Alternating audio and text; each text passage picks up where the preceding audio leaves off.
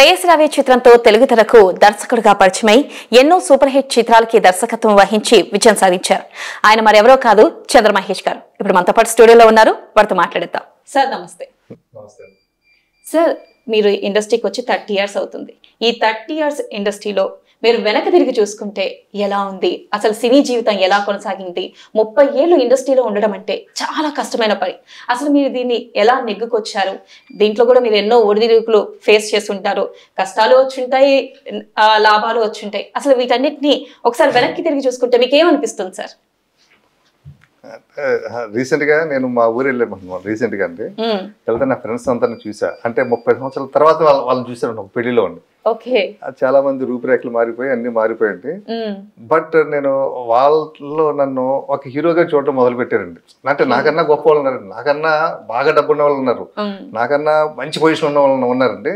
But వాళ్ళందరూ కూడా నా చుట్టూ రావడంతో నాకు ఒక తెలియని ఆనందం కలిగింది, ఒక తెలియని గిల్టీ కూడా కలిగిందండి. ఏంటి కొంచెం ఇలాగ ఉందనేసి. తర్వాత నాకు అనిపించింది నేను ఇక్కడ రావడం వలన నాకంటూ ఒక ప్రత్యేకమైన గుర్తింపు సంపాదించుకున్నాను, ఇది చాలు ఈ జన్మకి అన్న ఆనందం కలిగిందండి. ఇప్పుడు మీరు ఇండస్ట్రీలో ఈ 30 years జర్నీ జరిగిన తర్వాత బ్యాక్ సైడ్ అంటే మీరు ఎన్నో కష్ట నష్టాలను చూసింటారు కదా. మీరు వచ్చినప్పటికీ ఇప్పటికీ ఇండస్ట్రీ చాలా మారిపోయింది, బాగా మారింది. అసలుకి ఆ మార్పు ఎలా ఉంది? అంటే ఇండస్ట్రీ అప్పటికి ఇప్పటికి ఏం తేడా ఉంది సార్? అంటే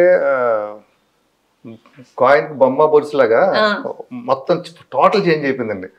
అప్పుడు నేను వచ్చినప్పుడు టెక్నాలజీలో అన్ని విషయాలు తెలుసుకోవడానికి ఒక అవకాశం ఉండేదండి. అంటే ఫిల్మ్ అండి, ఫిల్మ్ కెమెరా. నేను వచ్చినప్పుడు ఫస్ట్ నేను 93లో ఎంటర్ అయ్యింది స్టూడియోలో, రామానగర్ స్టూడియోలో. ఎంటర్ అయినప్పుడు మూవీలో అని చిన్నది ఉండేది పడండి. దాంట్లో అది చూసి ఇంతే ఉండేదండి స్క్రీన్, అది దాన్ని చూసి ఎడిటింగ్ చేసేవాడిని. వెళ్ళిన ఒక 2 నెలలకి 3 నెలలకి మారిందండి, కొత్తది వచ్చిందండి. అప్పుడే యావిడెన్ వచ్చింది. యావిడెన్ వచ్చిందంటే పెద్ద స్క్రీన్, కూర్చోవడం, హ్యాపీగా చేయడం, ఫిల్మ్ ఎడిటింగ్ చేయడం అండి. అదైనా ఒక 3 yearsకి ఇంకొక టెక్నాలజీ వచ్చింది. అది వచ్చి ఫిల్మ్ నుంచి టేప్లోకి వచ్చిందండి. ఆ టేప్లోకి వచ్చి ఈ విధంగా జరుగుతుండేదండి. అప్పుడు ఏంటంటే ప్రతి విభాగం అర్థం చేసుకునేవాళ్ళం అండి. ఇప్పుడు నేను రామారెడ్డి స్టూడియోలో పనిచేయడం వల్ల ఏమైంది ఏంటంటే ఒక స్టోరీ విభాగం ఉండేదండి. అలాగే స్టోరీ రైటర్స్ వాళ్ళందరితో కూర్చోవడం, కథ ఎలా ఉండాలి, ఏ విధంగా ఉండాలి, కథను ఎలా సెట్ చేసుకోవాలి, కథలో ఏ విధంగా జర్నీ చేయాలి, కథని ఏ విధంగా వెళ్ళాలి అన్నది ఒక స్టోరీ డిపార్ట్మెంట్. ఆ తర్వాత షూటింగ్ అయిపోయిన తర్వాత technology dubbing theatre, permanent Naidu స్టూడియోలో డబ్బింగ్ థియేటర్ అండి. అక్కడ కూర్చోవడం, డబ్బింగ్ అంటే ఏంటి, వాట్ ఈస్ డబ్బింగ్, తర్వాత ఎడిటింగ్ అంటే ఏంటి, తర్వాత చివరికి ల్యాబ్లో కూడా ప్రింటింగ్ ప్రాసెసింగ్ అంటే ఎలా చేస్తారు, ఇవన్నీ కూడా తెలుసుకున్నామండి.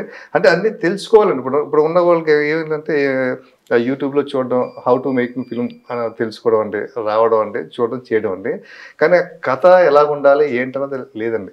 తర్వాత ఏదన్నా ఒక ఇంగ్లీష్ మూవీ కానీ ఏదన్నా ఉంటే ఆ కథను చూసుకోవడం, దాన్ని కొంచెం ముందు వెనకేయడం, తీయడం అండి. అంతకుముందు ఏంటంటే మనకి ఇంటర్నెట్లు కానీ యూట్యూబ్లు కానీ ఏమీ లేవండి. అప్పుడు ఏదైనా క్యాసెట్ ఉంటే ఏదో వాల్గా వీడియోస్లోకి వెళ్ళడం, ఎక్కడికైనా క్యాసెట్ తెచ్చుకోవడం, క్యాసెట్ సీడీని DVD ఇలా అవే అండి. అవి తెచ్చి చూసి దాన్ని ఏదో కథ క్రియేట్ చేసుకునేవారు. ఇప్పుడు అలాగేమీ లేదండి. ఇప్పుడు ఏంటంటే మనం ఏ సీన్ తీసుకున్నా కూడా ఈ సీన్ పలానా సినిమాలో అది వెంటనే చెప్పేస్తున్నారు, తెలిసిపోతుంది. తర్వాత ఆ సీన్ ఇప్పుడు ఏంటంటే సినిమాలు కూడా నెంబర్ ఆఫ్ సినిమాలు స్టార్ట్ చేసుకుంటారండి. వచ్చిన కథలో వస్తున్నాయి. ఏంటంటే ఒక క్యాసెట్ ఎవరో చూస్తారు, ఒక మూవీ చూస్తారండి, ఇది బాగుందని ఎక్కడ డిస్కషన్ జరుగుద్ది, అది 10 మందికి వెళ్తుంది, అది బాగుందంటే 10 మంది 10 రకాలుగా తయారు చేస్తున్నారండి. చివరికి సినిమా చూస్తే చూసిన సినిమా కదా. అప్పటికే ఆడియన్స్కి ఏమవుతుందంటే ఆడియన్స్ కూడా ఇప్పుడు వచ్చేసాయి కదా, ఈ OTTలు ఇవన్నీ వచ్చేసాయి కదా, దాంట్లో చూసేస్తారండి. వాళ్ళు చాలా అప్డేట్గా ఉంటారండి వాళ్ళు చూడడం. దాని చేత ఏంటంటే సరైన సినిమాలు రావట్లేదండి ఈ మధ్యకాలంలో. సార్, ఇప్పుడు ఇండియాకి ఆస్కార్ వచ్చింది, ఫస్ట్ టైం మన తెలుగు వాళ్ళకి ఆస్కార్ వచ్చింది. మీరు ఎలా ఫీల్ అవుతున్నారు ఆస్కార్ రావడంపై? అది చాలా చాలా చాలా గర్వంగా ఫీల్ అవుతున్నాను. ఏంటంటే మన తెలుగు అనేది ఒకటి ఉందనేసి రాజకీయంగా రామారావు గారు వాళ్ళని తెలిసిందండి. ఒక ఆంధ్రప్రదేశ్కి ఒక గుర్తింపు వచ్చిందండి రాజకీయంగా. తర్వాత అంతకుముందు కూడా మన సినిమాలు వెళ్ళేయండి, రష్యా, అమెరికా, జపాన్ వెళ్ళేయండి. మన KV విశ్వనాథ్ గారి సినిమాలు, శంకరాభరణం, సాగర్ సంఘం వెళ్ళే, కానీ ఇంత ప్రమోషన్ రాలేదండి. అక్కడ చూసి వచ్చేటండి. ఆస్కార్ లెవెల్కి వెళ్ళింది ఫస్ట్ సినిమా ఇదండి.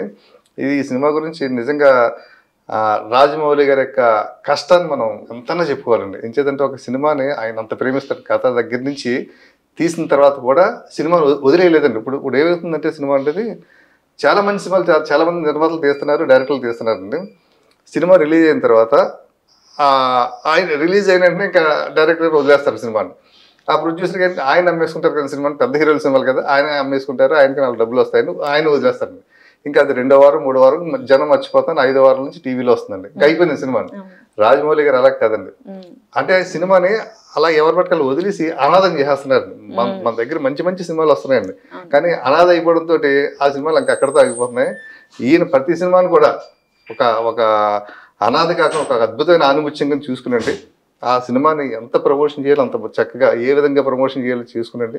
ఈరోజు ఆస్కర్ మా అందరికి కూడా ఒక రూట్ చూపించడం అంటే మనం కూడా ఆస్కర్కి వెళ్ళొచ్చు, మంచి సినిమాలు తీస్తున్నప్పుడు ఆస్కర్కి వెళ్ళడానికి రూట్లు ఈ విధంగా ఉన్నాయి అని చెప్పారు. మనల్ని నిజంగా హ్యాట్స్ ఆఫ్ రాజమౌళి గారికి. సార్ అలాగే బ్యాక్ టు వచ్చేస్తే మనం ఇందాక ఏదైతే మాట్లాడుకుంటున్నా ఓటీటీ గురించి.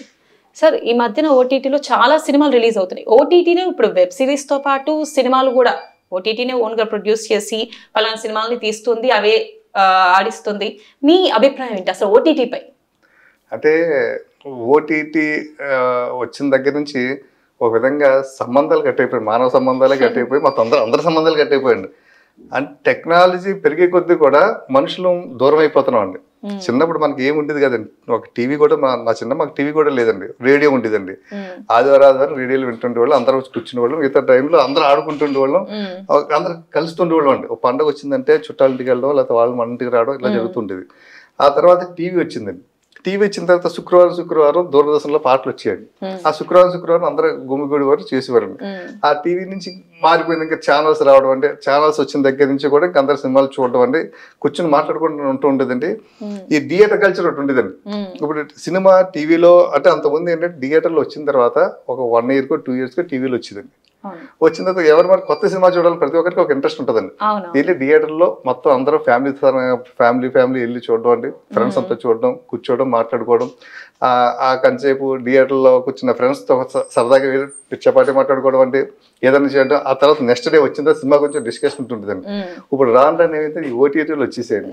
ఈ ఓటీటీ వచ్చేయడంతో ఏమైందంటే ఇంకా మొబైల్లో సినిమా మొబైల్లో చూసుకోవడం అంటే పక్కన ఇంకా ఫ్రెండ్తో కూడా డిస్కషన్ లేదండి.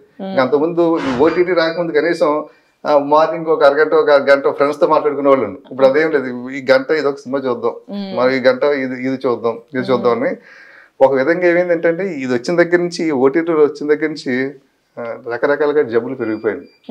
టు బి ఫ్రాంక్ గా మనం మాట్లాడుకోవాలంటే కంటి జబ్బులు బాగా పెరిగాయండి. కంటి జబ్బుల కన్నా ఎక్కువగా ఈ మధ్య చూస్తున్నాను అంటే సంబంధం లేదు, వయసుతో సంబంధం లేకుండా హార్ట్ అటాక్లు వస్తున్నాయండి. హార్ట్ అటాక్లు చచ్చిపోతున్నారండి.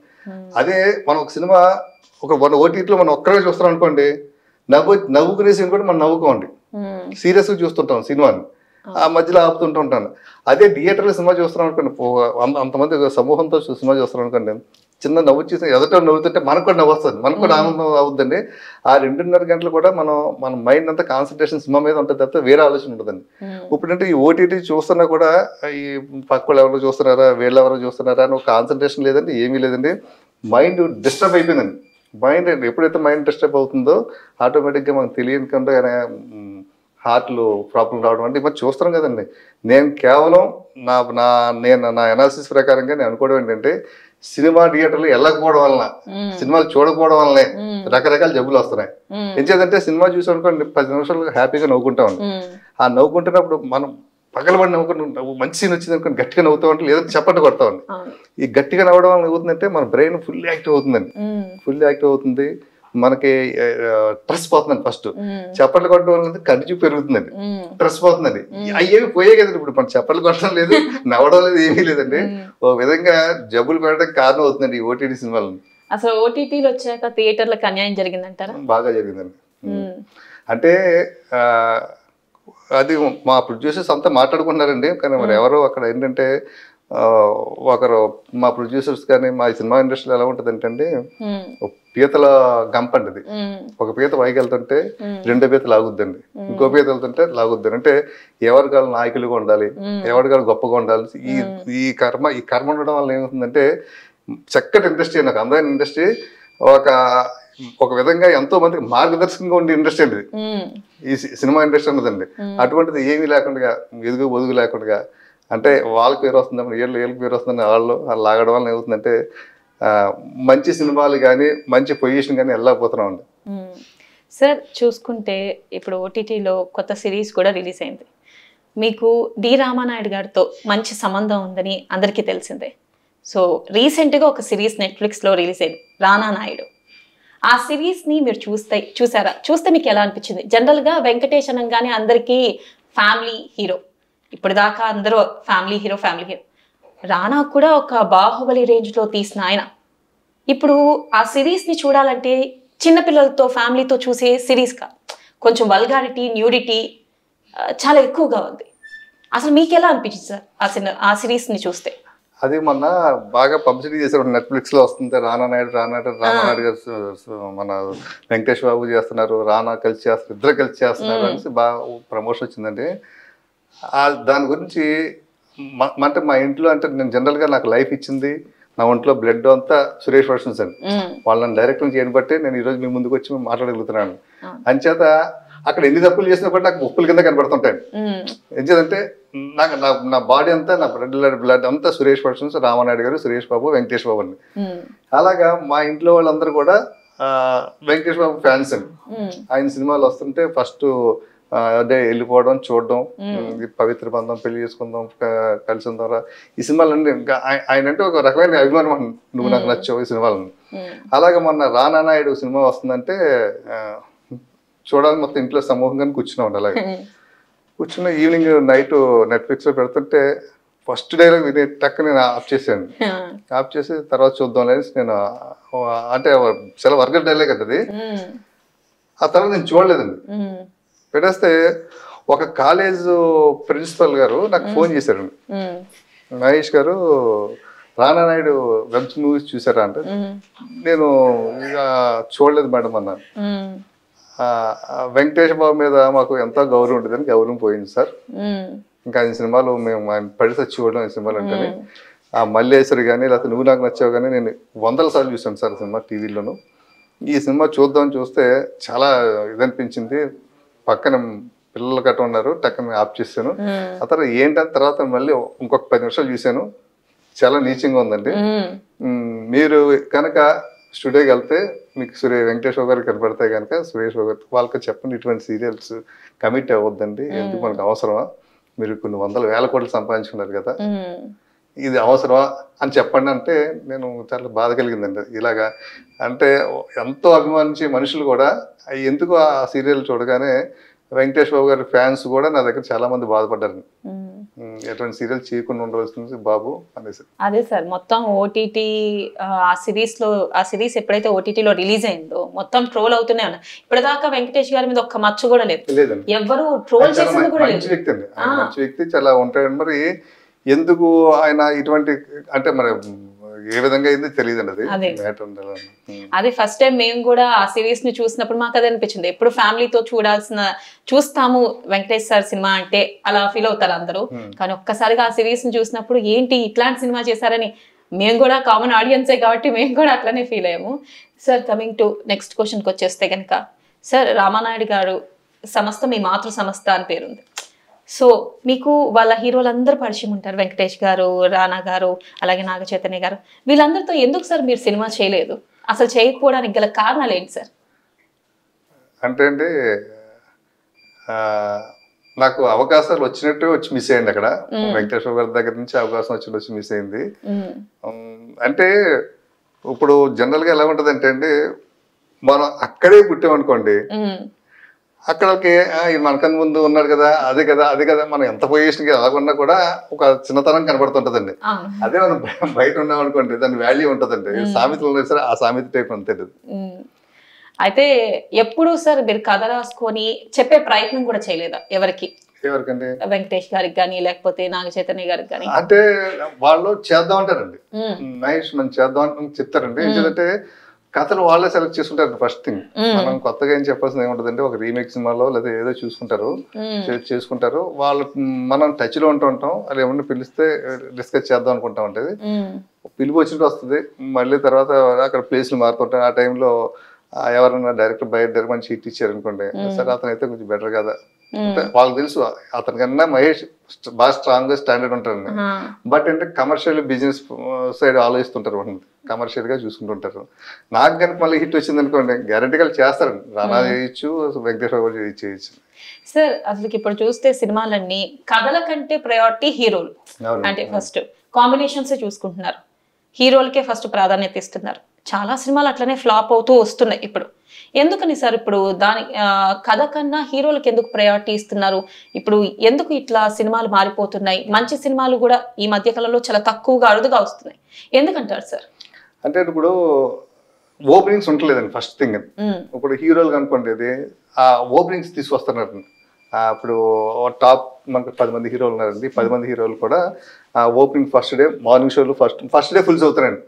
బాగుందంటే కంటిన్యూ అవుతున్నాయండి. అది మిగతా హీరోలు రావట్లేదండి. అది ఎక్కడంటే ఇప్పుడు రీసెంట్ గా అంటే బలగం సినిమా వచ్చిందండి. బలగం సినిమా అండి, అది దిల్ రాజు గారి సినిమా కాబట్టి అండి, దిల్ రాజు గారు కాబట్టి దాన్ని అలా ఆయన కాపాడుకోగలిగాడు. అంటే ఆయన పెద్ద డిస్ట్రిబ్యూటర్, ఆయన చేతిలో కొన్ని వందల థియేటర్లు ఉన్నాయి కాబట్టి చేసుకున్నట్టు ఆయన చేసుకున్నాడు. అదే బలగం సినిమాకి ఓపెనింగ్స్ లేవండి. మొదట 3-4 రోజులు చాలా దారుణంగా ఉందంటే పెద్దగా అనిపించలేదు. ఆ తర్వాత ఆయన అదే వేరే ప్రొడ్యూసర్ తీశారు సినిమాని, రెండో రోజే డిస్ట్రిబ్యూటర్లు తీసేస్తారండి, ఎగ్జిబిటర్లు తీసేస్తారు థియేటర్ల నుంచి.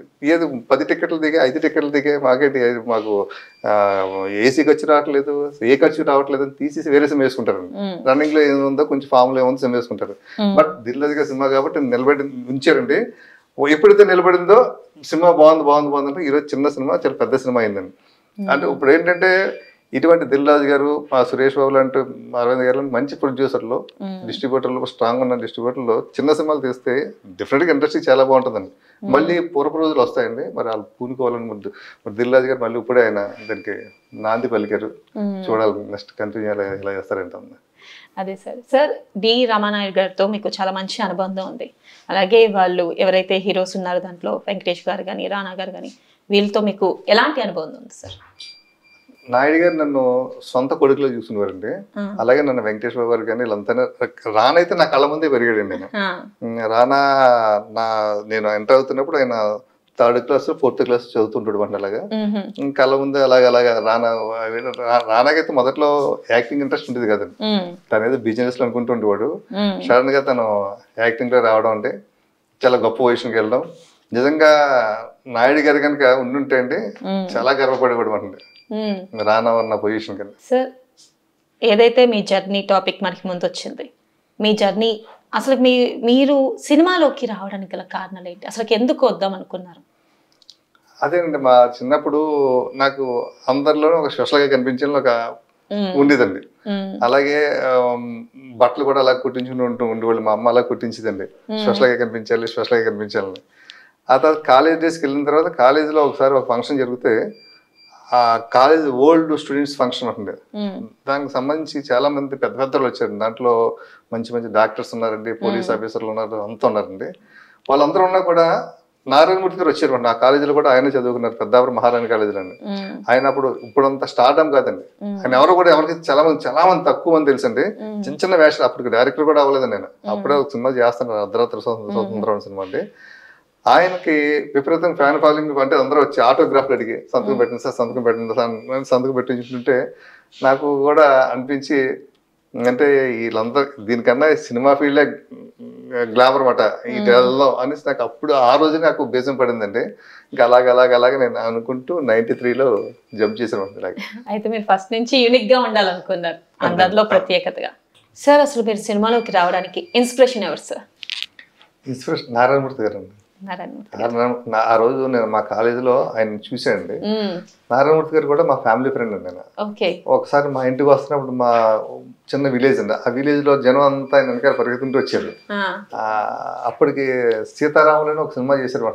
దాంట్లో చిన్న వేషం నీడ, సీతారాములు అనే సినిమాలు ఆ చిన్న వేషం గుర్తుపెట్టి ఆయన పరిగెత్తుకుంటూ రావడంతో నాకు సినిమా ఫీల్డ్కి వెళ్ళాలని కలగడం అండి. అలాగే నేను ఒకసారి వెళ్ళిపోయాను ఆయన దగ్గరికి. ఓకే. వెళ్తే ఆయన నన్ను కొంచెం మందలించి మళ్ళీ వెనక్కి పంపించారు. ఇప్పుడు అప్పుడు వద్దు, ఓకే. డిగ్రీ కట్టి చదువుకుంటాను అనేసి. తర్వాత మళ్ళీ ఇంకా ఆయన కలవలేదండి. మరి నేను హైదరాబాద్ వచ్చేసి నాయుడు గారి సంస్థలో జాయిన్ అయ్యి ఉండగా ఒకరోజు సడన్గా అనుకోకుండా స్టూడియోలో కలిసారు మనం. నన్ను చూసి బాగా ఆశ్చర్యపడినప్పుడు ఆయన ఎర్ర సంజయ్ సినిమా చూసి స్టార్ హీరో ఆ టైంలో ఆయన స్టార్ హీరో అండి. ఓకే. ఈవెన్ మెగాస్టార్ గారి కన్నా ఎక్కువ కలెక్షన్స్ వచ్చే ఉన్నారు రోజు నైజాం ఏరియాలో. అంత రేంజ్ లో ఉన్నప్పుడు ఆయన కలిసి అన్నప్పుడు చాలా హ్యాపీ ఫీల్ అయ్యాడు. ఇంకెక్కడ వెళ్ళొద్దు, ఇక్కడే పని చేసుకో, నాయుడు గారు గొప్ప వ్యక్తి, ఏమాత్రం టాలెంట్ ఉన్నా కూడా ఆయన పైకి తీసుకొస్తారని నేను అన్నాడు. నేను ఆయన అన్నట్టే నేను ఇంకా అక్కడ ఉండడం, నాయుడు గారు నేను డైరెక్షన్ చేయడం. సార్ అలాగే నారాయణమూర్తి గారు ఇంటికి వెళ్ళినప్పుడు మీరు ఇల్లు చూసి ఫీల్ అయ్యారంట, అది మీ సినిమాలో క్యారెక్టర్ కోసం మీరు అడగడానికి వెళ్ళారంట కదా? అదే అంటే అప్పుడు 85లో ఉంటుంది, 85 ఆ టైంలో ఉంటుంది నాది. నేను ఇంటర్ చదువుతున్న రోజుల్లో ఉండే నాకు ఇంట్రెస్ట్ అండి. ఆయన్ని చూసి ఆయన మాకు కలిసి వెళ్ళిపోవడంతో ఆయన నాకు అడ్రస్ ఇచ్చారు. వస్తే నేను వెళ్ళిపోయాను మాట నారాయణమూర్తి గారి దగ్గరికి. వెళ్తే ఆయన లేరండి, అక్కడ ఆయన షూటింగ్ వెళ్ళారు, ఎక్కడ బెంగళూరులో ఎక్కడ ఉన్నారు. ఒక 2-3 రోజులు ఆయన రూమ్ లోనే నాకు వాళ్ళ పక్క వాళ్ళు తాళం ఇచ్చి వెళ్ళిపోతారండి. ఆ చిన్న రూమ్ అండి, రేకుల మాకు చిన్న ఒక స్లమ్ ఏరియాలో ఉంటున్న రూమ్ అండి. ఆయన ఇప్పటి నుంచి అక్కడి నుంచే ఉంటాడు, సెంటిమెంట్ ఉండిపోయాడు అలాగా. దాంట్లో అక్కడే ఉన్నాను ఒక 3 days అండి. వచ్చిన తర్వాత నన్ను ఫస్ట్ టైం దాసనాథ గారిని తీసుకెళ్లి పరిచయం చేశాడండి. టీ కృష్ణ గారి దాన్ని తీసుకెళ్లి పరిచయం చేశాడు ఆయన. వాళ్ళందరూ కూడా చిన్నవాడు వెళ్ళిపోయా అంటే బయలుదేరి వచ్చారు మన వెనక్కి. అయితే ఇట్లా జరిగిందనమాట కెరియర్ స్టార్టింగ్ లో. సార్ డైరెక్టర్ గా మీరు ఫస్ట్ మూవీ ప్రేయస్ రవి సినిమా చేశారు. ఆ సినిమా చేయడానికి ఎన్నో కష్టాలను ఎదుర్కొని ఉంటారు. అప్పట్లో మొఘల్ డైరెక్టర్ ఆయన డి రామానాయుడు గారు, అసలుకి ఆయన్ని ఒప్పించి ఎలా సినిమా తీయగలిగారు సార్? అంటే నాయుడు గారికి సంస్థలో నేను అసిస్టెంట్ డైరెక్టర్ అండి. తర్వాత ఒక మంచి తెలివైన కుర్రోడు, ఇటు డైరెక్షన్ ఇస్తే బాగా చేస్తాడు అని అనిపించుకున్నాను నాయుడు గారి దగ్గర. అనిపించుకుని మా యూనిట్ లో సెకండ్ యూనిట్ లో జరుగుతుంటే నన్ను పంపించేవాడు, నేను తీస్తుంటే ఉన్నా. అది నేను తీస్తున్న స్టైల్ కూడా నాకు నచ్చిందండి. ఆ విధంగా ఉంటున్న టైంలో మేము శివయ్య సినిమా పనిచేసాం అంటున్నాం. శివయ్య సినిమాకి పోసన్ కృష్ణమురళి గారు రైటర్ అండి. ఆయన చేస్తున్నప్పుడు అప్పుడు ఏంటంటే మా రామానాయుడు గారు నేను చేస్తున్న సినిమాలు బాగా ఆడుతుంటే అండి, నేను చేయని సినిమాలు పెద్ద గాడి కదండి. ఒక్కొక్కసారి 2 సినిమాలు జరుగుతుంటే కాంపౌండ్ లో ఉండే. అప్పుడు సూపర్ హీరోస్ ఒక సినిమా చేశారు నాయుడు గారు, ఏవిఎస్ గారు డైరెక్షన్. అది ఫ్లాప్ అయిన తర్వాత ఆయన కొంచెం బాధపడ్డారు, ఎందుకు మంచి హిట్ సినిమా తీయలేకపోతున్నాను అని. ఒక రోజు నన్ను పిలిచి, మహేష్ మంచి కథ ఉంటే చూడు అంటే, అప్పుడు ఆ టైంలో నేను సురేష్ గారి దగ్గర పనిచేస్తుండేవాడు గణేష్ పిక్చర్ కింద. సరే అన్నారు కదా అని అనుకోకుండా నాకు పోసన్ మురళి గారు కనిపించడం అదే స్టూడియోలో ఉండి ఆయన అడిగితే నా దగ్గర మంచి కథ ఉందని చెప్పడం అండి. ఆ విధంగా నేను కథ విని నాకు నచ్చడంతో నాయుడు గారు చెప్పాను. నాయుడు గారు అంటే మురళి గారిని పిలిపించి సినిమా చేసేవాళ్ళది, శివయ్య సినిమా అండి. అది సూపర్ హిట్ అయింది. ఆ సినిమా చేస్తున్నప్పుడు నాయుడు గారు అన్నారు, మహేష్ ఈ సినిమా కనుక హిట్ అయితే నీకు నెక్స్ట్ డైరెక్షన్ ఇస్తానయ్యా అన్నాడు. అలాగే సినిమా రిలీజ్ అయ్యి సూపర్ డూపర్ హిట్ అయింది. అయిన తర్వాత ఆయన మాట ప్రకారంగా నాకు డైరెక్షన్ ఇచ్చారండి. ఇచ్చి ఏంటంటే ఫస్ట్ ఒక బెంగాలీ సినిమా తీసుకొచ్చారు నా దగ్గర నాయుడు గారు, ఈ సినిమా నువ్వు డైరెక్షన్ చేయాలని. ఆ సినిమా తెలుగులో చాలా సినిమాలు వచ్చింది. అటువంటి సినిమాలు అంటే తల్లిదండ్రులని పిల్లలు దూరంగా పెట్టడం, తర్వాత తల్లిదండ్రులకు బుద్ధి చెప్పడం, కలికాలం, బౌద్ధ బాటసారి, ఇలా చాలా చాలా సినిమాలు ఉన్నాయండి. అది హెవీ కదండి. నాకు హెవీ కథ ఎందుకు, మంచి నీట్గా చక్కటి లవ్ స్టోరీ చేయొచ్చు కదా అని అనుకుంటూ ఉండేవాడిని. అప్పటికే నాకు పోసన్ కృష్ణమురళి గారు ప్రేయస్ రవి కథ చెప్పించారు, నీకోసం పెట్టి ఉంచండి కదా, ఈ కథ ఎవరికి చెప్పను అనేసి. నాయుడు గారు అడిగితే ఈ కథ చెప్పేవాళ్ళం కదా, ఇది చేయమంటున్నారు కదా అనేసి నేను అని మురళి గారిని అడిగితే మురళి గారు అన్నారు, మహేష్ నాయుడు గారు అవకాశం ఇచ్చారు, చెయ్యి. నువ్వు చేయనన్నా అనుకో, నాయుడు గారు కోపం వచ్చి నీకు డైరెక్షన్ అవ్వడు. నువ్వు ఈ కథ చెప్తుంటే ఈ కథ విండదు, ఎటుగానే అవకాశం పోతుంది నీకు. ముందు డైరెక్షన్ చేసేసి నేను ఉన్నాను కదా, నీ కథ నేను బాగా చేస్తా ఆ కథని అని చెప్పి నాకు బాగా ధైర్యం చెప్పాను. నేను మురళి గారి సినిమా చూసింది, ఆ కథ మురళి గారి కూడా నేను బాగా చేస్తానని చెప్పి నాయుడు గారికి చెప్పింది. ఆ కథ మేము ట్రాక్ ఎక్కించిపోతున్నాం అండి. ఇంకొక 10-15 రోజుల్లో షూటింగ్ వెళ్తా ఉండగా ఇన్ కేస్ నాయుడు గారు మళ్ళీ ఫీల్ అయ్యింది, ఆ సినిమా పక్కన పెట్టారు. పక్కన పెట్టి మహేష్ ఒక లవ్ స్టోరీ చేస్తున్నప్పుడు ఒకసారి చెప్పావు కదా, ఉందా కథ ఉందా మురళి దగ్గర ఉంటే చెప్పమని చెప్పాను. మళ్ళీ మురళి గారు అంటే మళ్ళీ వచ్చి మురళి గారు ప్రేయస్ రవి కథ చెప్పారు. చెప్పడంతో నాయుడు గారు బాగా నచ్చిందండి. నచ్చడంతో మొత్తం పక్కా రెడీ చేసామన్నారు. పక్కా రెడీ చేసుకున్నామండి. అయిపోయిన తర్వాత మళ్ళీ షూటింగ్కి వెళ్ళే టైంకి హార్ట్ డ్రిల్స్ అండి. రకరకాల హార్ట్ డ్రిల్స్ అండి. అంటే నేను జూనియర్ యాక్చువల్గా కాంపౌండ్లో సీనియర్స్ ఉన్నారు. సీనియర్స్ కాకుండా జూనియర్కి ఎందుకు ఇస్తావు? ఈవెన్ మా సురేష్ బాబు గారు కూడా ఆ టైంలో నేను డైరెక్టర్ అవ్వడం పెద్ద ఇష్టం లేదండి. ఓన్లీ రామారెడ్డి గారు దాన్ని మాట ఇచ్చాను మహేష్కి, మహేష్ చేయాలని. సురేష్ బాబు గారికి ఏంటంటే నేను చేయగలనా చేయలేనా ఒకటండి. రెండోది ఏంటంటే సీనియర్స్ ఉన్నారు కదా, వాళ్ళు ఫీల్ అవుతున్నారు కదా అని ఒకటండి. ఈ విధంగా ఈ టైంలో ఉన్న టైంలో నేను నాయుడు గారు, నేను డైరెక్టర్ అవ్వడానికి నాయుడు గారు అంత ముఖ్యము, పోసాని కృష్ణమూర్తి గారు కూడా అంత ముఖ్యం. పోసాని కృష్ణమూర్తి గారు వచ్చి నాయుడు గారితో చెప్పారు, సార్ మరి మహేష్ సినిమా చేస్తాను అనౌన్స్ చేశారు, అన్నీ అయిపోయి డేట్స్ కూడా తీసుకున్నారు, మళ్ళీ ఇప్పుడు పోస్ట్ పోన్ చేస్తున్నారు కదా, ఓ పని చేయండి, మీకు కనుక లేట్ అవుతుందంటే మహేష్ని వేరే వాళ్ళు అడుగుతున్నారు, వేరే బ్యానర్లు అడుగుతున్నారు, ఈ కథ నేను తీసుకెళ్ళిపోతాను అక్కడికి అంటే, లేదు లేదు మనం చేస్తున్నాం మురళి అని చెప్పి నాయుడు గారు కూడా అన్ని పక్కన పెట్టేసండి, ఎవరి మాట వినకుండా సినిమా స్టార్ట్ చేశారు. ఆ సినిమా విజయం సాధించాక ఏమన్నారు రామానాయుడు గారు? అంటే నాయుడు గారి కథ విన్నానే ఆయనకి మంచి జడ్జిమెంట్ నాయుడు గారి కన్నా. కథ విన్న తర్వాత ఆయన కథని ఫీల్ అయ్యి చెప్పి తర్వాత మర్చిపోకుండా 10 మందికి చెప్పాడు, నాకు ఆ సినిమా గ్యారెంటీగా ఆడుతుందని. ఆ కథని విన్న తర్వాత ఒక్కొక్కసారి ఆబ్లిగేషన్తో సినిమా చేయవలసి, అంటే చెప్తున్న రైటర్లు సూపర్ సార్ కథ అద్దరిపోయింది సార్, మళ్ళీ అంటే మూర్ఖరాజా టైప్ ఉంటుందండి.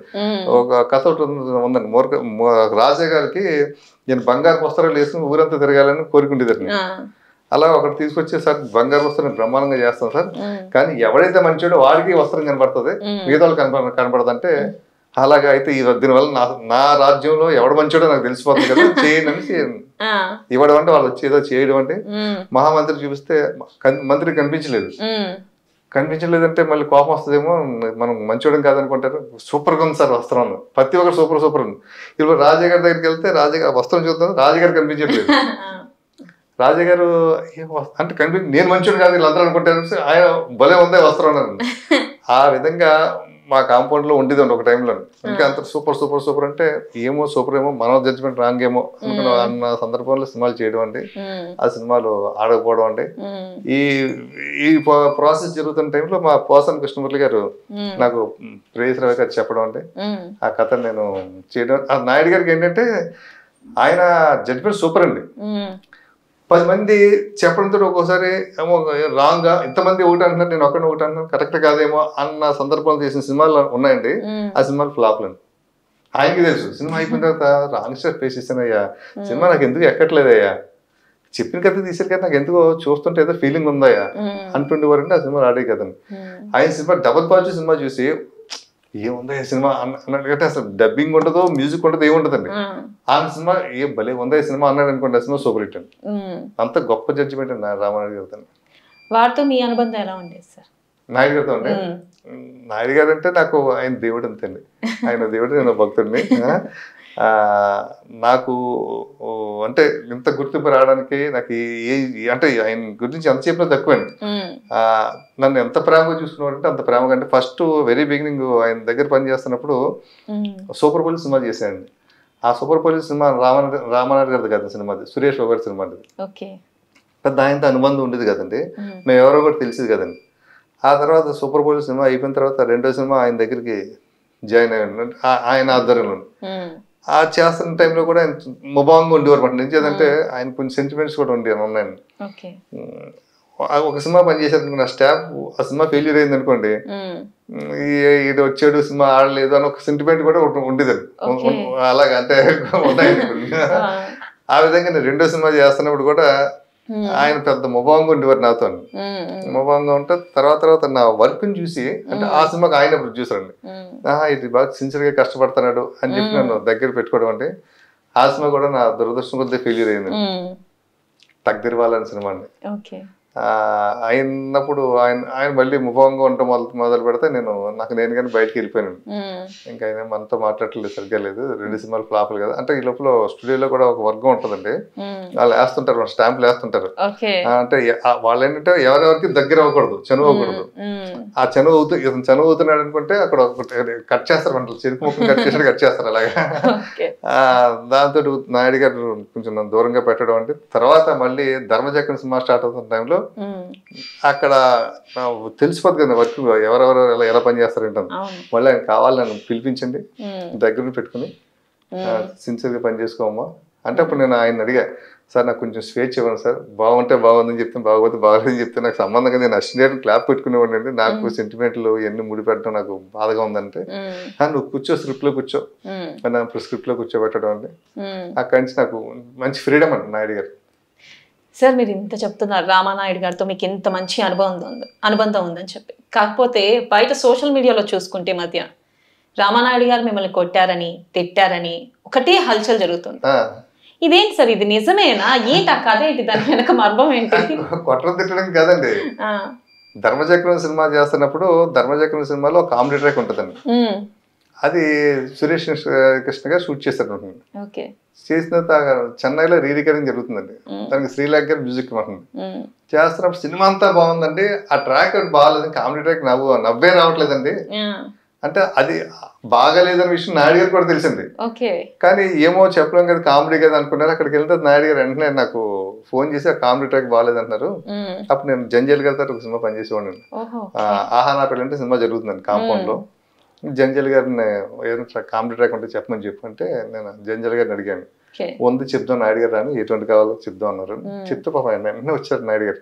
అక్కడ రీ రికార్డింగ్ జరుగుతుంది ధర్మచక్రం సినిమా.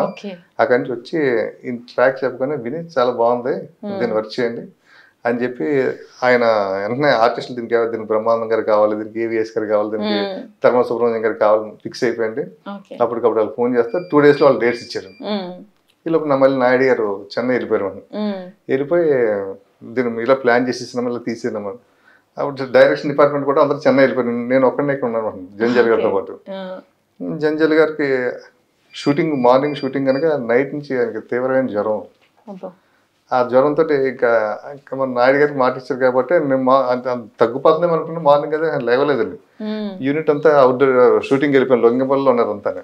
ఇంకా నాయుడు ఈయన తీసుకుని నేను లొకేషన్కి వెళ్తే ఈయన చాలా నీరసంగా ఉండడం అండి. నేను అప్పటికప్పుడు సురేష్ గారికి ఫోన్ చేశాను. ఫోన్ చేస్తే అప్పుడే 10:30 అయిపోయింది కదా, ఇప్పుడు ఎవరు వస్తారని దూరం కానే కామెడీ సీన్లే కదా, నువ్వు చేయొచ్చు, నువ్వు డైరెక్షన్ చేయొచ్చు కదా, కెమెరామెన్ పెట్టుకుని చేయండి అని ఆయన కొంచెం నాకు మంచి ఎనర్జీ ఇచ్చారు. ప్రోత్సాహం ఇవ్వడంతో నేను ఈ మాట చెప్పారని చెప్పి అప్పుడు మొబైల్స్ లేవు కదండి, నాయుడు గారి కోసం ట్రై చేశాను. నాయుడు గారు ఇంటికి చేస్తే చెన్నైలో ఆఫీస్కి వెళ్ళారు. ఆఫీస్ చేస్తే రికార్డింగ్ థియేటర్కి వెళ్ళారు. అక్కడ చేస్తే ఇంకా రాలేదన్నారు. సరే ఇంక లేట్ అవుతుందని చెప్పి నేను చేసేసాను. ఈవినింగ్ లాస్ట్ షాట్ తీస్తున్న టైంలో నాయుడు గారు వచ్చారు. యాక్షన్ కెమెరా కట్ అని కానీ చూసి కంగారు పడ్డారు. కంగారు పడి భుజం వచ్చి ఇలా తట్టారు. కొట్టడం కానీ గట్టిగా తట్టారు. ఏంటి అన్నాను. డైరెక్టర్ ఎక్కడ అన్నాను. డైరెక్టర్ గారు ఒంట్లో బాగాలేదండి, హాస్పిటల్కి వెళ్ళారండి, నాకు చెప్పేది చేసామన్నారండి. అంటే పొద్దున్న ఎవరు చేశారండి అంటే నేనే చేశాను. దాంతో కొంచెం కోపం వచ్చిందండి. కోపం వచ్చి అసలే బాగాలేదు, కామెడీ ట్రాక్ బాగాలేదు అనుకున్నాం, మళ్ళీ రీషూట్ చేస్తున్నాం. జంజల్ కామెడీలో ఆయన నెంబర్ 1 అయినా ఆయన లేకుండా నువ్వు చేయడం ఏంటి అంటే ఆయన చెప్పారు ఎలా చేయాలో ఆయన చెప్పేశారు, వెళ్ళారు అంటే ఆయన కోపం వచ్చి సరిగ్గా రెస్ట్ సరిగ్గా రాలేదనుకోండి, నువ్వు అన్నీ తీసేస్తాం, నీ పోస్ట్ లేదు, నీ బూస్టింగ్ పోతుంది అనేది మొత్తం కోపంగా మాట్లాడారు. ఇంకా నాకు భయం వేసి సరిగ్గా ఎప్పటికప్పుడు నైట్ కూర్చునండి ఎడిటింగ్ చేశాను. భయంతో ఎడిటింగ్ చేయడంతో నాకేమో నవ్వు రావట్లేదండి. అప్పుడు మార్తన్ గారు ఎడిటర్ మాటండి, మార్తన్ వెంకటేష్ గారు ఉన్నారు కదా వాళ్ళ నాన్నగారు, ఆయన నవ్వుతున్నారు, బాగుందా మహేష్, బాగుందా అని. నెక్స్ట్ డే మార్నింగ్ వచ్చారు నాయుడు గారు, వచ్చి చూశారు. ఫస్ట్ సీరియస్గా వచ్చారు, ఎలా ఉందని, బాగుందండి, ఏం బాగుందో చెప్తా అన్నారు. వచ్చి చూశారు, తెగ నవ్వుకున్నాడు మన నాయుడు గారు. 2 సార్లు చూసినావు, మళ్ళీ బాగా తీసావు నువ్వు, కష్టపడు, నేను మన కంపెనీలో డైరెక్టర్ అవుతుంది కానీ. అండ్ చాలా అంటే ఇంకా ఫస్ట్ టైం అండి ఆయన ఎడిటింగ్ రూమ్ నుంచి ఆయన రూమ్ వరకు నా భుజం మీద చేసి ఒక ఫ్రెండ్ లాగా తీసుకెళ్ళినట్టు ఒక కొడుకుని తీసుకెళ్ళినట్టు ఫస్ట్ టైం అండి అలాగే. ఇప్పుడు మీ ఫీలింగ్ ఏంటి సార్ అసలు? ఇంకా నాకేంటంటే ఇంకా ఆయన అభినందన అంటే మామూలు విషయం కాదు కదండి అది. ఇప్పుడు ఎక్కడ చిన్న అవమానం కింద ఫీల్ అయినా అక్కడ ఆయనే అభినందిస్తుంటే ఇంకా అది నా జీవితంలో మర్చిపోలేను కింద అనిపించింది నాకు. నాకు ఆ రోజు అనిపించిందండి నేను గ్యారంటీగా ఇక్కడ డైరెక్టర్ అవుతాను. నాయుడు గారికి ఫుల్ కాన్ఫిడెన్స్ వచ్చింది అనేసి నేను నా మనసులో థ్యాంక్ యూ సురేష్ కృష్ణ గారు, థ్యాంక్ యూ జంజాల్ గారు అనుకుంటూ చెప్పుకుంటుంటాడు. సార్ అలాగే మీకు ఫేవరెట్ రైటర్ ఎవరు సార్? మీరు చాలా సినిమాలు చేశారు, మీకు ఫేవరెట్ రైటర్ ఎవరు? నా ఫేవరెట్ పోసాని కృష్ణమురళి గారు. సార్ వారితో మీ అనుబంధం ఎలా ఉండేది? అంటే పోసాని కృష్ణమురళి గారు నేను సూపర్ పోలీస్ పని చేస్తున్నప్పుడు ఆయన మధ్య మధ్యలో వస్తుంటారు అనమాట. గోస్ట్ రైటర్ లా అంటూ ఉంటారు కదండి అలాగే. ఆయన అప్పటికే రైటర్ నేను మంచి అప్పటికే పోలీస్ బ్రదర్స్ కొన్ని సినిమాలు బి గోపాల్ గారి సినిమాలు ఉండే 2-3 సినిమాలు మంచి బిజీగా బిజీ రైటర్ అండి. బట్ సురేష్ బాబు గారి మీద ఉన్న గౌరవం, వెంకటేష్ బాబు గారి గౌరవం, సురేష్ పర్సన్స్ లో వర్క్ చేస్తున్న ఒక ఆనందంతో ఆయన మధ్య మధ్యలో వచ్చేవారు అండి. వచ్చి స్క్రిప్ట్ డెవలప్మెంట్ చేయడం, లేదా ఆయన కొత్త ఫ్రెష్ గా కొత్త సీన్ చెప్పడం అండి. అది చేస్తున్న టైంలో ఆయన నాతో చాలా ఫ్రెండ్లీగా ఉండేవారు అండి. ఉండి మహేష్ తీసుకెళ్ళడం అండి, బిర్యానీ హోటల్ తీసుకెళ్ళడం. ఫస్ట్ టైం ఆయన నాకు బిర్యానీ తినిపించాడండి. బిర్యానీ తినిపించడం తీసుకెళ్ళడం చాలా ప్రేమ చూసుకుంటూ ఉండేవాడు అండి. అలా మా ఫ్రెండ్షిప్ అలా కొనసాగిందండి. అయిన తర్వాత శివయ్య సినిమా దగ్గర నుంచి అండి. శివయ్య సినిమాకి ఆయన నాకు మంచి స్క్రిప్ట్ చెప్పడం అండి. ఆ సినిమా హిట్ అయితే నాయుడు గారు నాకు డైరెక్షన్ ఇస్తానని చెప్పడం అండి. మురళి గారు ఆ టైంలో మురళి గారు మంచినీళ్ళు తాగడానికి కూడా టైం లేదండి. సిటీలో ఉన్న 5-6 పెద్ద హోటల్స్ లో కూడా అన్నింటిలో ఆయన రూమ్స్ ఉంటుంది. ఒక గంట ఒక ప్రొడ్యూసర్ దగ్గర, ఒక గంట ఇంకో డైరెక్టర్ దగ్గర ఇదే డిస్కషన్ ఉంటుంది. అంటే అప్పుడు ఆ టైంలో పవిత్ర బంధం అయిందండి, పెళ్లి చేసుకున్న సినిమా అయిందండి, సూపర్ హిట్లు అండి, కంటిన్యూస్ స్నేహితుల సినిమా అండి, గోకుల సీత, నాన్ స్టాప్ హిట్లు మాట అన్ని సినిమాలు. ఆ టైంలో కూడా మా కోసం కేటాయించండి శివయ్య సినిమాకండి. మంచి అద్భుతంగా మంచి డైలాగ్ రాసి స్క్రిప్ట్ ఇచ్చారు. ఆ సినిమా హిట్ అవ్వడంతో 100 Days ఫంక్షన్ లో నా గురించి నా సురేష్ మురళి గారు మాట్లాడారు. నాయుడు గారు మీరు నాకు మాట ఇచ్చారు సార్, మహేష్ సినిమా హిట్ అయితే సినిమా ఇస్తా అనేసి. అంటే నాయుడు అంటున్నారు మురళికి మంచి కథ రెడీ చేయవయ్యా, ఈ కథ అంటే మహేష్ డైరెక్షన్ ఇస్తానని. అంచేత నేను డైరెక్టర్ అవ్వడానికి నాయుడు గారు ఎంతో, పోసాని మురళి గారు అంతా. తర్వాత ఆయన దగ్గర గొప్పదనం ఏంటంటే ఒక సీన్ రాసి ఇచ్చారనుకోండి అయిపోయిందని చేతులు దులిపోటండి, అసలు దులిపోటండి. అదే వేరే రైటర్లు అనుకుంటే రాసాం కదా అయిపోయింది కదా చాలా, ఆ సీన్ అంతకన్నా ఎక్కువ ఉండకూడదు, ఈ సినిమాకి ఎంతే, ఇలా మాట్లాడుతుంటారు. ఆయన అలా కదండి సార్ ఈ సీన్ ఇంకేమన్నా ఉంటుంది, ఆ సీనా ఏం సీన్ అది పలానా సీనా అయితే రికార్డ్ చేసుకో అని అప్పుడు చిన్న టేప్ రికార్డ్ పెట్టుకెళ్ళండి. ఆ సీన్ చెప్పుకొని టపటపటం చెప్పేవారండి. ఆయన నోటప్పుడు డైలాగ్ వస్తుంటాయండి, రాయడం కదండి చెప్తారు, అలవాటుగా వస్తుంటాయి అద్భుతమైన డైలాగులు అండి. మళ్ళీ నేను పెట్టుకోవడం, పాత వెర్షన్ పెట్టుకోవడం, ఈ వెర్షన్ పెట్టుకోవడం, మళ్ళీ ఒక ఫోటో లేకపోతే ఒక రోజు గ్యాప్ ఇచ్చి మళ్ళీ వెళ్ళడం అండి, మళ్ళీ అదే సీన్ చెప్పడం, అదే సీన్ మళ్ళీ ఇంకో రకంగా చెప్పేవారండి, మళ్ళీ ఇంకో అద్భుతమైన డైలాగ్ అండి. ఈ డైలాగ్ పెట్టుకుంటే ప్రతి డైలాగ్ క్లాస్ పడే డైలాగ్ అంత గొప్ప రేట్ అండి. ఆయన విసుగు విరామం అన్నది లేదండి ఆయన దగ్గర. సార్ మీరు వడ్డీ నవీన్ గారితో చెప్పాలని ఉంది అని సినిమా చేశారు, ఆ సినిమా గురించి చెప్పండి సార్. అసలు ఆ సినిమా తీయడానికి ఆ కథ అదంతా ఎలా సార్ అసలుకి? అంటే ఆ సినిమా బెల్లంకొండ సురేష్ గారు ప్రొడ్యూసర్ అండి. ఆ సినిమాకి ఆకుల శివ గారు, ఆయన మరుదూరు రాజా గారు, శ్యామ్ అని ఒక రైటర్, ఇలా కథ చెప్పడం జరిగింది. బెల్లంకొండ సురేష్ గారు నన్ను అప్పుడు నేను అయోధ్యలో సినిమా చేస్తున్న టైంలో సంప్రదించి సినిమా చేయాలి మహేష్ గారు అంటే సరే అనుకున్నామంటే అనుకుని ఫస్ట్ తరుణ్ అనుకున్నామండి యాక్చువల్గా అండి. ఆ తరుణ్ ఇదే కథని అంటే వేరే కథ అండి, ఆ కథ తరుణ్ అనుకున్నామండి. తరుణ్ అప్పుడు నువ్వే కావాల్సిన రిలీజ్ పెద్ద హిట్ అయ్యి ఓవర్ నైట్ ఆయన చాలా బిజీ అయిపోయారు. వాళ్ళు చెప్పిన డేట్లు ఈయన సెట్ కాక ఈ లోపల వడ్డే నవీన్ గారు ఆయన డేట్లు వాళ్ళకి ఉన్నాయని చెప్తే వడ్డే నవీన్ గారితో చేసామండి. వడ్డే నవీన్ గారికి కొంచెం వెరైటీ కొంచెం కొత్త గమ్మత్తుగా కావాలి కదా అంటే అప్పుడు శ్యామ్ అని ఒక ఆయన కథ చెప్తే దాన్ని మేము నవీన్ గారు చెప్పడం అండి. కానీ అప్పుడు దాకా వచ్చిన సినిమాలకి ఇది చాలా డిఫరెంట్ సినిమా అండి, డిఫరెంట్ సినిమా అండి చేశాను. బట్ ఏంటంటే ఆ సినిమాకి ప్రమోషన్ లేదండి, ప్రమోషన్ అంటే మంచి సినిమా అండి. దానికి మనిషి గారు చాలా మంచి పాటలు ఇచ్చారండి. వివి వినాయక్ గారు డైరెక్టర్, ఆయన ఆ సినిమా కోడైరెక్టర్ చేశారు నేను. సార్ ఇప్పుడు దాకా మీతో వర్క్ చేస్తున్న హీరోలతో మీ అనుబంధం ఎలా ఉంది? వడ్డీ నవీన్తో గారు కానీ, లేకపోతే శ్రీహరి గారు కానీ, శ్రీకాంత్ గారు ఎలా ఉంది సార్ మీ అనుబంధం వాళ్ళతో? అప్పుడు శ్రీకాంత్ గారు నేను ఒక అన్నదమ్ముల్లాగా ఉండేవాడు అనమాట. ఆయన ఒక తమ్ముళ్ళలాగా నేను చూసుకున్నాడు అంటే చూసుకోవడం బట్టే నేను ఫ్రీగా ఆయన ఎంచేదంటే ఆయనతో నేను ఏ సినిమా పని చేయలేదు, నచ్చినట్టుగా ఏ సినిమా పని చేయలేదు, డైరెక్షన్ చేయడం అండి. అప్పటికి ఆయన చాలా సినిమాలు 15-20 సినిమాలు 25 సినిమాలు హీరోగా చేశారు ఆయన. అంటే పెద్ద హీరో అండి. ఆయన్ని మనం డైరెక్ట్ చేయడం అన్నది ఒక తెలియని భయం ఒకటి ఉండేదండి. అటువంటిది నన్ను బాగా చేసుకున్నాండి. నువ్వు తమ్ముడు తమ్ముడు తమ్ముడు మహేష్, నువ్వు తమ్ముడు నా తమ్ముడు అంటాడు అని చెప్పడం అండి. అది నన్ను బాగా రేపు ఆ ఫీలింగ్ బాగా ఇవ్వడంతో ఇంకా నేను బాగా చనువైపోయినానికి నాకు ఎలా కావాలని చేత మీరు చూడండి. ప్రేయస్ రవిలో శ్రీకాంత్ గారు ప్రేయస్ రవి బిఫోర్ ఆఫ్టర్ తర్వాత కూడా ప్రేయస్ రవి యాక్టింగ్ మాత్రం ప్రత్యేకతగా ఉంటుందండి. నాకు అలా కాదండి, నేను ఇలా అనుకున్నాను, ఇలా అనుకున్నాను సార్, నీకు ఎలా కావాలని చెప్పు అలాగే చెప్పేసి ఆయన నాకేం కావాలో ఆ విధంగా పరగా ప్రవేశం చేశారండి. ఇంట్లోంచి నాకు టిఫిన్ తీసుకురావడం, భోజనం తీసుకురావడం అంటే అంత ఉండడంతో ఆ సినిమా బాగా ర్యాప్ అయిందండి.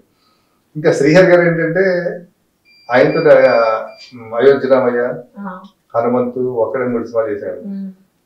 ప్రేయస్ రవి సినిమా టైంలో ఆయన అప్పటికి హీరో అయిపోయాడు.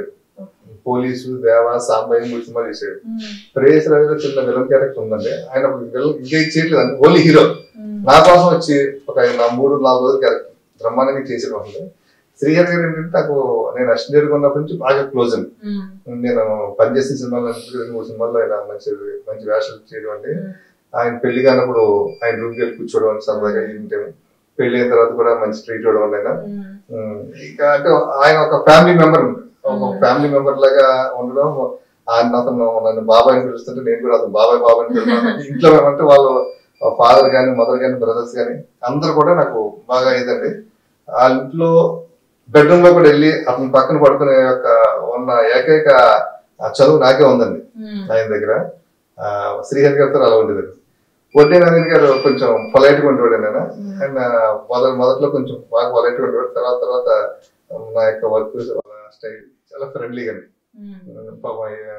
ఎప్పుడు కనిపించినా కూడా చాలా ఆప్యాయంగా, చాలా ప్రేమగా మాట్లాడుతుంటారు వడ్డీ నవీన్ గారు. సార్ శ్రీహరి గారితో అందుకనే సార్ అన్ని సినిమాలు చేయడానికి గల కారణాలు, ఎక్కువ సినిమాలు శ్రీహరి గారితోనే ఉన్నాయి. అవునండి.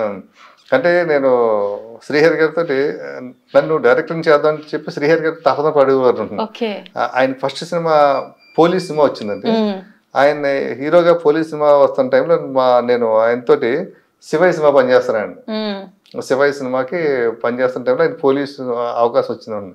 వస్తే నన్ను బాబాయ్ నాకు అవకాశం వచ్చింది హీరో కింద, మరి నువ్వు చేయొచ్చు కదా, నేను చెప్తాను ప్రొడ్యూసర్కి అంటే లేదు నా ఏం సురేష్ ప్రొడక్షన్స్ లోను అక్కడ నేను డైరెక్టర్ అవ్వాలనుకున్నాను. కాదని లేదు ఇక్కడ అయిన తర్వాత తప్పకుండా మనం చేస్తాం సినిమా అన్నానండి. అలాగే అనుకోకుండా నా సెకండ్ సినిమా అయోధ్య రామయ్య పోసాని కృష్ణమురళి గారు ఒక అద్భుతమైన కథ ఇవ్వడం అండి. ఇంకా కథ నేను డైరెక్ట్ చేయడం, ఆ సినిమాతో శ్రీహరి గారు ఒకేసారి అయ్యి పెద్ద హీరో అయ్యాడండి. సూపర్ హిట్ అయ్యింది. శ్రీహరి గారి కెరీర్ లో ఫస్ట్ 100 days మూవీ అండి, ఫస్ట్ డ్యూయల్ క్యారెక్టర్ నేను. సార్ అలాగే మీరు నిఖిల్ గారితో సినిమా చేశారు. అప్పుడు సినిమా చేసేటప్పుడు ఆయన ఆలస్యం అమృతం చిన్న హీరో, ఇప్పుడు కార్తికేయ 2 లాంటి పాన్ ఇండియా మూవీ చేసి ఆయన పాన్ ఇండియా హీరో అయిపోయారు.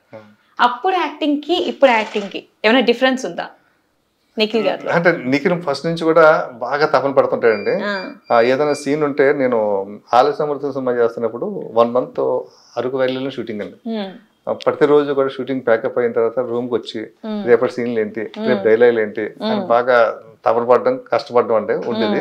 నేను ఆ రోజే నేను నిఖిల్తో అన్నాను, నిఖిల్ ఈ సినిమా ఎలా ఉంటుంది అని చెప్పలేను, ఇది టోటల్ అవుట్ అండ్ కామెడీ, కానీ ఫ్యూచర్ లో మాత్రం పెద్ద హీరో అవుతావు నువ్వు స్టార్ హీరో అవుతావు నువ్వు.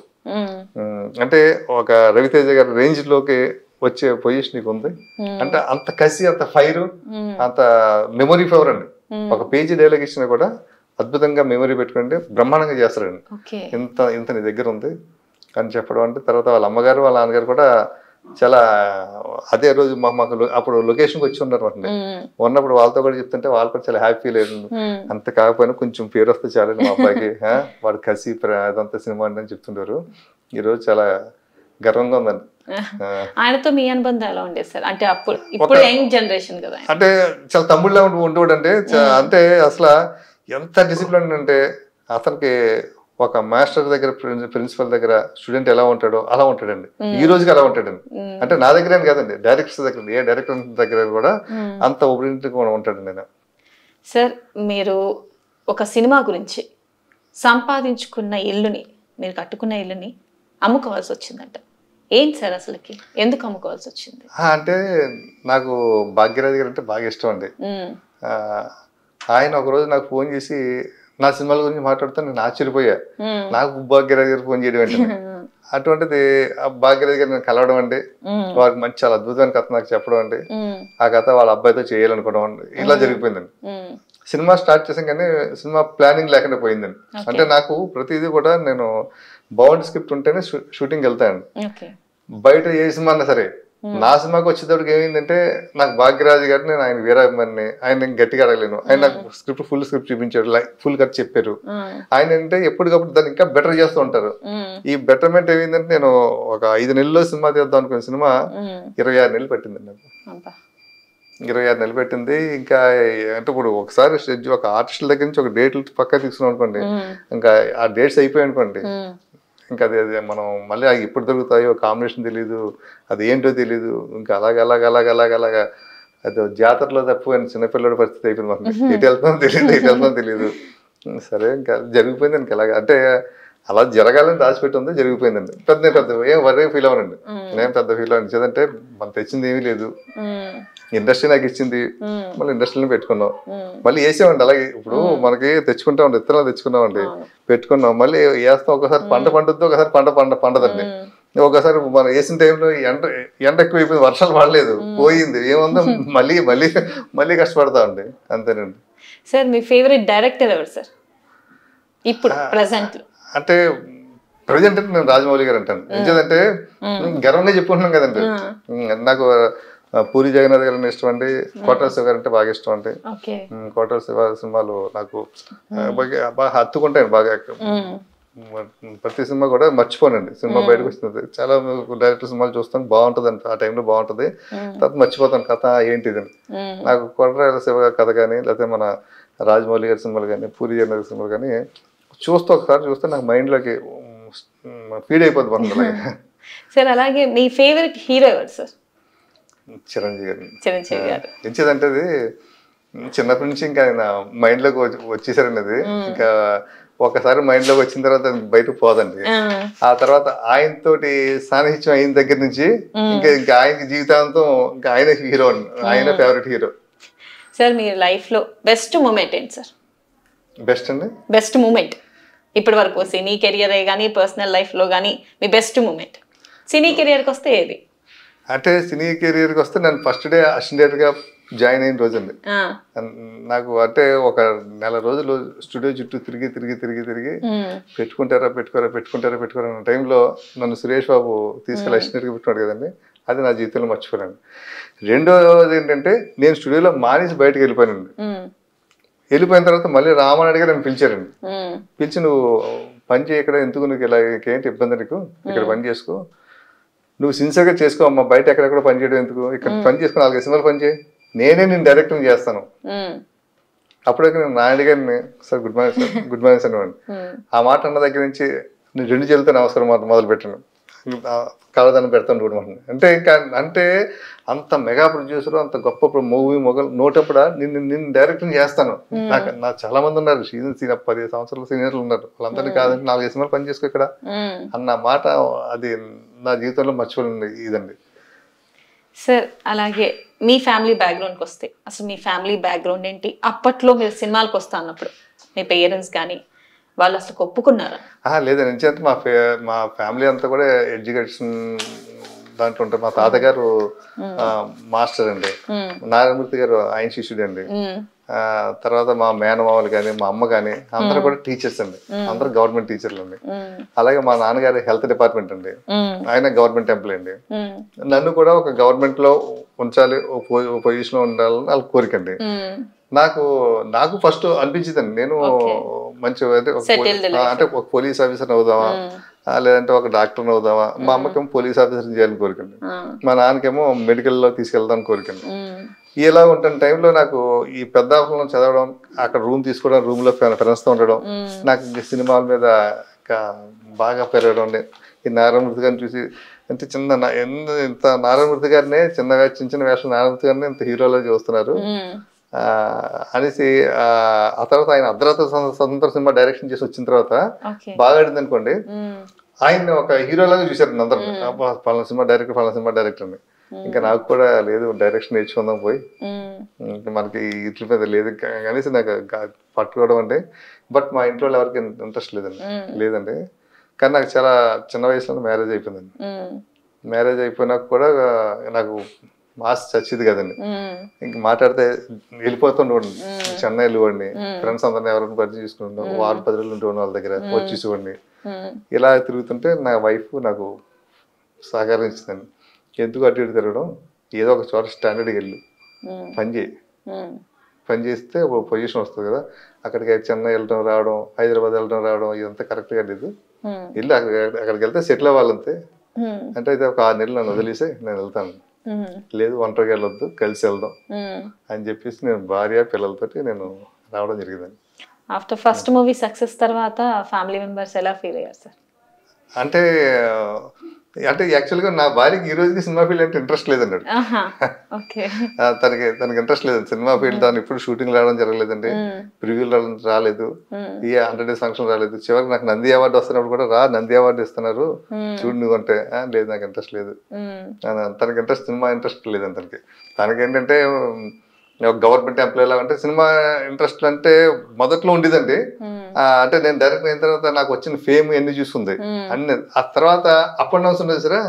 ఈ అప్ అండ్ డౌన్స్ ఉండడం అంటే బాగున్నప్పుడేమో పెద్ద అడ్లో ఉంటున్నా, బాగోపోతే చిన్న ఉన్న ఇవన్నీ చూసి ఇదే గవర్నమెంట్ ఉద్యోగం అయితే బాగుంటది కదా, రోజు కొద్దిగా ప్రమోషన్ పెరుగుతూ ఉంటది కదా, అలా దిగడం అంటూ ఉంటది కదా.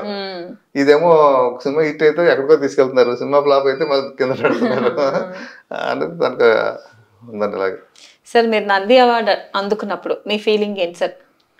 నేను చాలా చాలా హ్యాపీ ఫీల్ అయ్యండి. ఎందుకంటే నేను ఊహించలేదు. అంటే నేను ఏదో అవుదాం, ఒక డైరెక్టర్ అవుదాం ఉందాం అనుకున్నాను. అలాగా నా ఫస్ట్ సినిమాకి మెగాస్టార్ చిరంజీవి గారు నన్ను ఎంతో అప్రిషియేషన్ చేసి మెచ్చుకుని ఆయన కార్లు ఎక్కించుకుని ఆయన డ్రైవ్ చేసుకుంటూ నన్ను కూర్చోబెట్టుకుని ఎక్కడో నానకరంగూడలో షూటింగ్ జరుగుతున్న శ్రీకాంత్ దగ్గర లొకేషన్కి వెళ్ళి శ్రీకాంత్ గారిని అభినందించి మళ్ళీ మా అందరినీ తీసుకెళ్ళి వాళ్ళ ఇంట్లో తీసుకెళ్ళి అందరికి నైట్ 12 గంటలకు ట్రీట్ చేసారా, అది నేను మర్చిపోలేను. అది అంటే నేను చిరంజీవి గారిని దగ్గర నుంచి చూడటం అదే, మాట్లాడటం అదే, ఆయన పట్టుకోవడం అదే. మళ్ళీ ఇంతవరకు చాలాసార్లు కలిసాను. అంటే ఫస్ట్ టైం అండి, ఫస్ట్ టైం. అంటే నా ఫేవరెట్ హీరో అండి, నా అభిమాని హీరో. ఇంకా ఆయన్ని నా సినిమా చూడడం అదృష్టంగా ఫీల్ అయిన అది నా జీవితంలో అదొక గొప్ప సంఘటన ఉండదు. సార్ చిరంజీవి గారి గురించి వస్తే ఆయన మీతో ఎలా ఉండేవాళ్ళు? ఆయన నేను ఈ రోజుకి కనిపించాను అనుకోండి, అది చూస్తాడు కొంచెం మహేష్ మొన్ననయ్యా ప్రేయస్ రావు సినిమా వచ్చింది టీవీలోను, బయటకు వెళ్ళకుండా చూస్తూ కూర్చున్నానయ్యా, ఎప్పుడు వెళ్ళినా కూడా ప్రేయస్ రావు సినిమా గురించే మాట్లాడుతుంటారు. అది ఈ రోజుకి ఫ్రెష్ గా కనిపిస్తుందయ్యా అనేసి మాట్లాడుతుంటారు. సార్ అలాగే మీరు ఒక హీరోయిన్ ని వద్దు అనడం జరిగిందంట, అదే సాక్షి శివానంద్ గారు. నిజంగానే వద్దన్నారు ఒక సినిమాకి ఆ హీరోయిన్ ని? అంటే సాక్షి శివానంద్ అప్పటికి పెద్ద హీరోయిన్ అండి, బట్ ప్రేయస్ రవేలో సెకండ్ హీరోయిన్ క్యారెక్టర్ అండి. ఆ క్యారెక్టర్ నేను తర్వాత నాకు ఎందుకో నేను ఆ సినిమాలు చూస్తుంటానండి, ఎక్స్ప్రెషన్ కొంచెం సెంటిమెంట్ అంతా నాకు పెద్దగా అనిపించింది కాదు. అది నేను నాయుడు రిక్వెస్ట్ చేశాను, సార్ దాని గదిలో కొత్త హీరోయిన్ ఎవరన్నా పర్వాలేదండి, నేను కమాండింగ్ మాట్లాడగలుగుతాను. ఎందుకంటే వాళ్ళు చిరంజీవి గారి సినిమాలు అన్ని చేశారండి.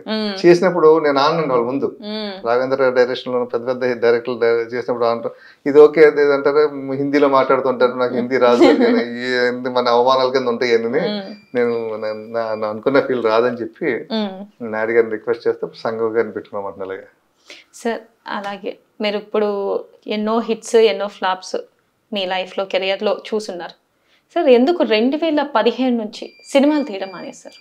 అంటే నేను 2015లో ఒక సినిమా చేశాను, రెడ్ అలర్ట్ అని సినిమా చేశాను. అంటే అది ఇప్పుడు పాన్ ఇండియా ఇప్పుడు అంటున్నాం కదండి. నేను అప్పుడే చేశాను పాన్ ఇండియా, కానీ 4 లాంగ్వేజ్లు, తెలుగు, తమిళ, కన్నడ, మలయాళంలో చేసామండి.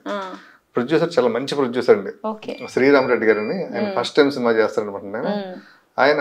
నేను ఫస్ట్ టైం సినిమా చేస్తున్నాను, ఈ సినిమా నాకు ప్లస్ అవ్వాలి, మీకు ప్లస్ అవ్వాలి మహేష్ గారు అని అనుకోవడం, అని చెప్పడం అండి. ఆయన కొన్ని కథ చెప్పడం, కథ నాకు ఆయన నచ్చడం, 4 లాంగ్వేజ్లు చేసామండి. అది చేస్తున్న టైంలో సినిమా ఫినిషింగ్ వచ్చే టైంకి ఆయనకి నా మీద విపరీతమైన గౌరవం పెరిగిపోయింది. ఆయనకి సినిమా పిచ్చిమండి, ఫ్యాషన్ అండి. ఒకప్పుడు సినిమా చూడడం కూడా డబ్బులు ఉండేది కదండి, తిండి కూడా సరిగ్గా ఉండేది కదండి. అటువంటి ఆయన ఉద్యోగం కోసం, బతుకు తెరువు కోసం బాంబే వెళ్ళిపోయింది. అక్కడెక్కడ పనిచేసి, స్లమ్ముల్లో పనిచేసి ఆయన ఒక రియల్ ఎస్టేట్లోకి వెళ్ళండి, 1000 కోట్లు సంపాదించాడు. 1000 కోట్లు సంపాదించాడు. ఆ సంపాదించిన తర్వాత ఆయన ఏమంటే, నేను అనుకుంటే ఒక రీచ్ అయిపోయాను, నేను 2000 కోట్లు సంపాదించుకున్నాను, నేను కూడా హైదరాబాద్ వచ్చేస్తాను మహేష్ గారు, మీరు నాకు దేవుడు ఇచ్చిన తమ్ముడు మీరు. మనం సంవత్సరానికి కనీసం 25 సినిమాలు తీద్దాం, 25 సినిమాలు ప్రొడ్యూస్ చేద్దాం. ఆ 25 సినిమాలకి మీరు హెడ్ గా ఉండండి, మీరు కథ విని ఓకే చేయండి అంతే. ఇంకా మీరు డైరెక్షన్ వద్దు, డైరెక్షన్ పెద్ద హీరోతో చేద్దాం, పెద్ద హీరోల సినిమాలు మీరు డైరెక్ట్ చేయండి. చిన్న హీరో సినిమాలు 1.5 కోటి 2 కోట్ల సినిమాలు మీరు ఓకే చేసిన కథ చేస్తాను నేను. దాంట్లో మీకు ఈ మంత్లీ శాలరీ ఎంత వస్తుంది, ఈ విధంగా అని నాకు వచ్చి చెప్పడంతో నాకు చాలా బాగుంది అనిపించిందండి.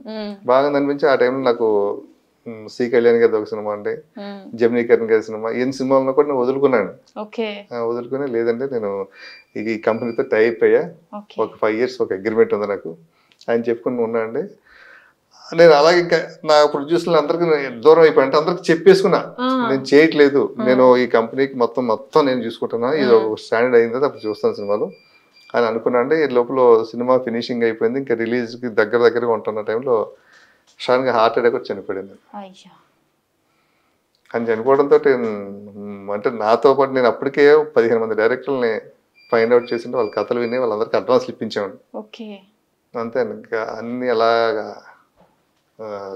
భూకంపం వచ్చి ఎలాగైపోతుందండి, అలాగైపోతే అయిపోయిందండి.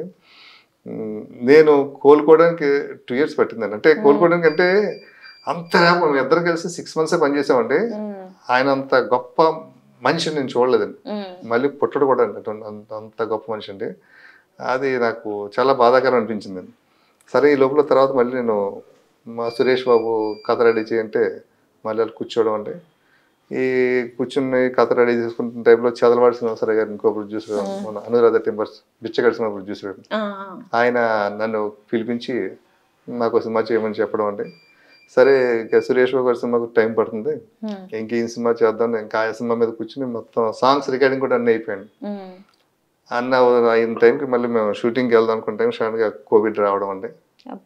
ఇంకా గ్యాప్ అలా కంటిన్యూ అవుతూనే ఉందండి. అలాగే ఇప్పుడు ఏమైనా సినిమాలు చేస్తున్నారా సార్? అది మళ్ళీ అదే చదరవాడి శ్రీనివాసరావు గారు సినిమా చేద్దాం అన్నారు, మళ్ళీ అదే సినిమాని షూటింగ్కి వెళ్ళిపోదాం. షూటింగ్కి వెళ్ళలేదండి, ఓన్లీ సాంగ్స్ రికార్డింగ్ తీసి పెట్టుకున్నాం ఉంటుంది. అప్పుడు ఫస్ట్ వరుణ్ సందేశ్ హీరో అనుకున్నాం, తర్వాత వద్దు మా అబ్బాయి చేస్తాడు అన్నారు.